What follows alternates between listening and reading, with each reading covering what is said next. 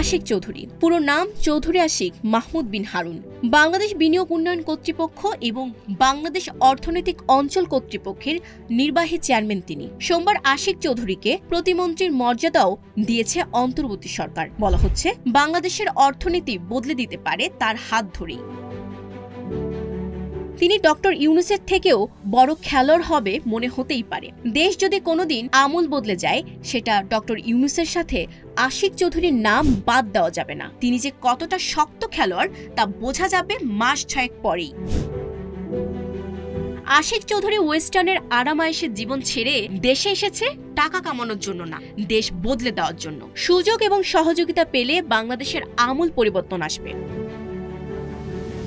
দায়িত্ব পাওয়ার পর বাংলাদেশে বিনিয়োগ আকৃষ্টে নানা পদক্ষেপ নিয়েছে তিনি। তার প্রচেষ্টায় ঢাকায় 4 দিনের বাংলাদেশ বিনিয়োগ সম্মেলন শুরু হয়েছে, যেখানে যুক্তরাষ্ট্র, চীন, জাপান ও দক্ষিণ কোরিয়া সহ 40টি দেশের শীর্ষস্থানীয় 6 শতাধিক দেশি বিদেশি বিনিয়োগকারী এই সম্মেলনে অংশ নিয়েছেন। ইতিমধ্যেই সেই স্টারলিংক নিয়ে এসেছে, নাসার সাথে চুক্তিতে চলে গিয়েছে। বিনিয়োগ হিসেবে বাহিরের একটা ব্যাংকের সাথে চুক্তি হয়েছে, এই বছর $100 কোটি বাংলাদেশে বিনিয়োগ করবে। 5টা বিশালাকার মালবাহী জাহাজ কিনে নিয়েছে। রিভার ম্যানেজমেন্টের প্ল্যান্ট তৈরি করে বিশাল বিনিয়োগ আনার চেষ্টা চালিয়ে যাচ্ছে। বিদেশি বিনিয়োগে 4টা আন্তর্জাতিক মানের হাসপাতাল তৈরির প্রক্রিয়া চালাচ্ছে।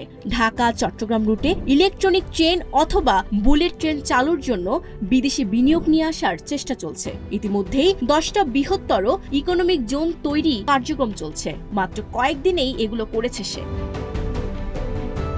তার লক্ষ্য $100 বিলিয়ন বিনিয়োগ নিয়ে আসা এই দেশে, যা দেশের 3 কোটি মানুষের জীবন পরিবর্তন করে দিবে। কম হলেও 1 লাখ নতুন কর্মসংস্থান তৈরি হবে। পরবর্তী সরকারে যেই আসুক, আশিক চৌধুরী, খলিলুর রহমান, শফিকুল আলমদের যদি ঠিকভাবে মূল্যায়ন করতে পারে, এই দেশ সিঙ্গাপুর বা মালয়েশিয়া হতে বেশি সময় লাগবে না।